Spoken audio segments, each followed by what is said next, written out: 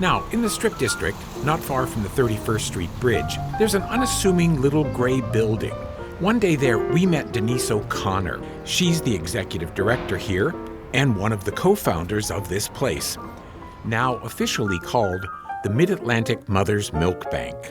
The easiest way to explain the milk bank is that we're kind of like a blood bank, but we're for human milk. So we're serving primarily babies who are in the neonatal intensive care units and babies who have medical conditions. The other co-founder is Cindy Verardi. We have 4 pools. Now director of operations for the milk bank. These 2 women got this started in 2016. Denise is a lactation consultant. I am a chemist by training, and we have a huge foundation community that has backed us with funding sources that have been exceedingly generous. We're getting milk from carefully screened volunteer donors who simply have more milk than their own babies need, and then we need to do lots of things like test and bottle and pasteurize the milk to make it safe for the sick babies we serve, and then we distribute that milk out to about 85 hospital units. So the bulk of the milk arrives through the back door. It comes either by way of UPS or FedEx. We do have some donors that will drop off. Megan Kennedy is just one of the donors who drops off her frozen milk regularly. She drives around to the back of the building.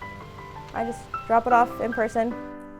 It seems a little less chaotic than the mail. Then she just pushes the bell, and someone like Amy Weber will come and take her donations.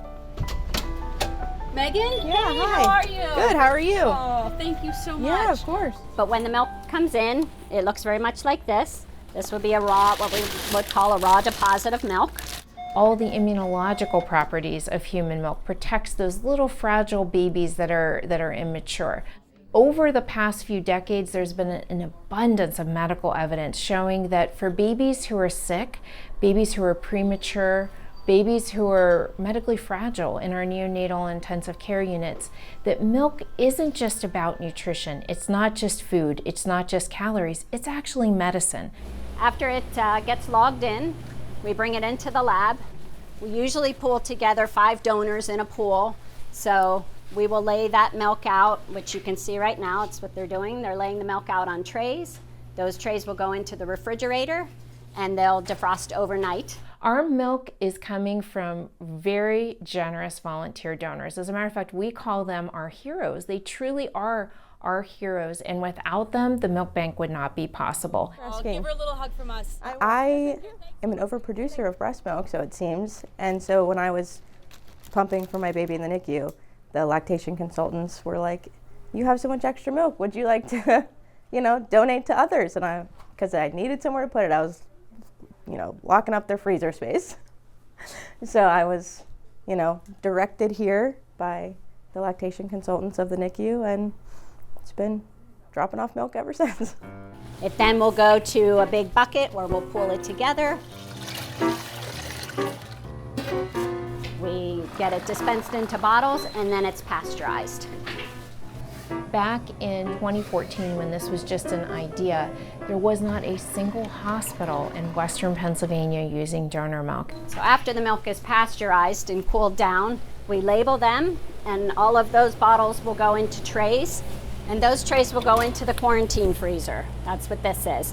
1 bottle from every single batch we send to Jefferson Hospital, where they do a culture analysis to make sure that there's no bacteria growing in those. We do all of Pennsylvania, all of West Virginia, and then parts of Maryland, New Jersey, and Delaware. About 70% of the milk that we distribute stays here in Pennsylvania. Once that milk has been approved, we get the clean culture, we get clean drug testing. That milk is moved to dispensing freezers. That's what these look like. This milk is already approved and ready to go to hospitals or to fill an order. Obviously, there are lab technicians all around to help carry out this work. Are the labels made for tomorrow? And Bethany Kaspershen is the lab manager.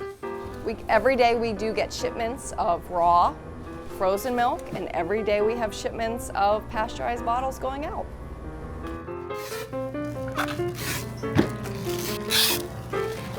We have different qualities of milk. So this is colostrum.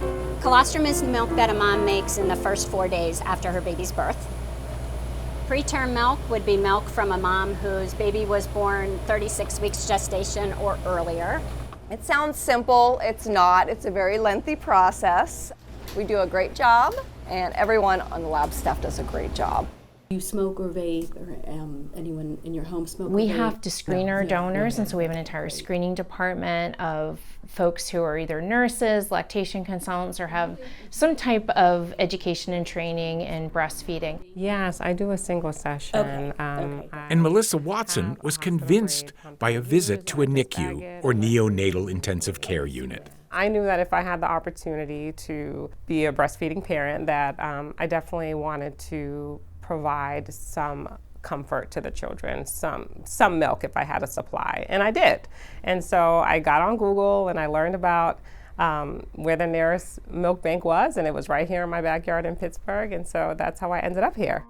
When you walk down the hall here, you may notice the walls are brightly decorated, and on one wall, there's a very special tree designed by Maria Wills. I've been a part of the milk bank since it opened. I am the muralist who created the murals on the walls and the bereavement tree that we have to honor the bereaved donors that we have. Each leaf that is on the tree is handmade personally by me, and they're each unique, just like the babies that they represent who have been lost to our bereaved donors.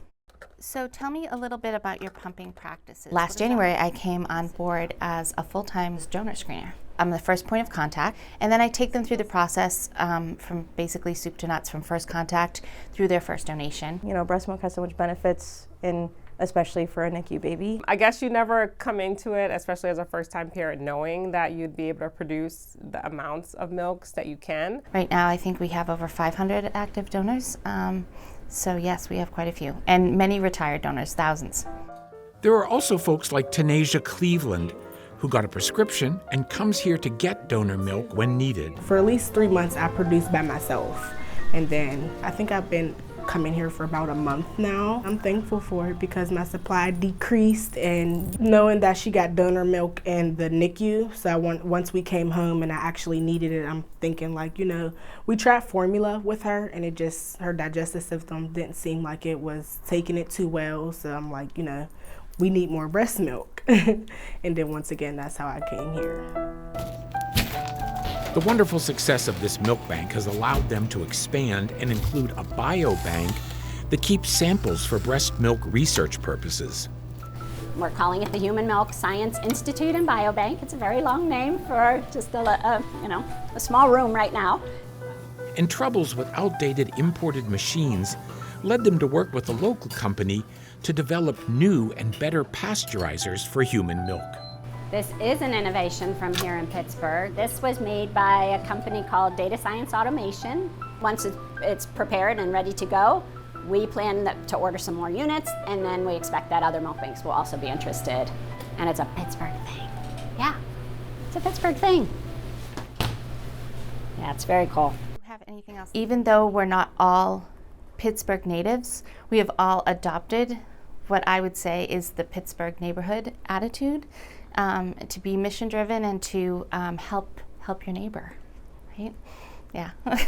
And they just told me how much I've donated in the past 2 months that I've donated milk here. I think it was like over 1,000 ounces. So like to know that that's a pretty good amount of milk. So I think it's awesome. It makes, me feel good. It made me feel like I was doing something that was life-saving and worthwhile to families who needed it. It's a very emotionally satisfying job because you know how many people you're helping. Knowing the impact that we're having, that's just such a joy, and every single person in this building, you can feel the passion that they all have, and they're all in for the babies, and how can you not be? Micah.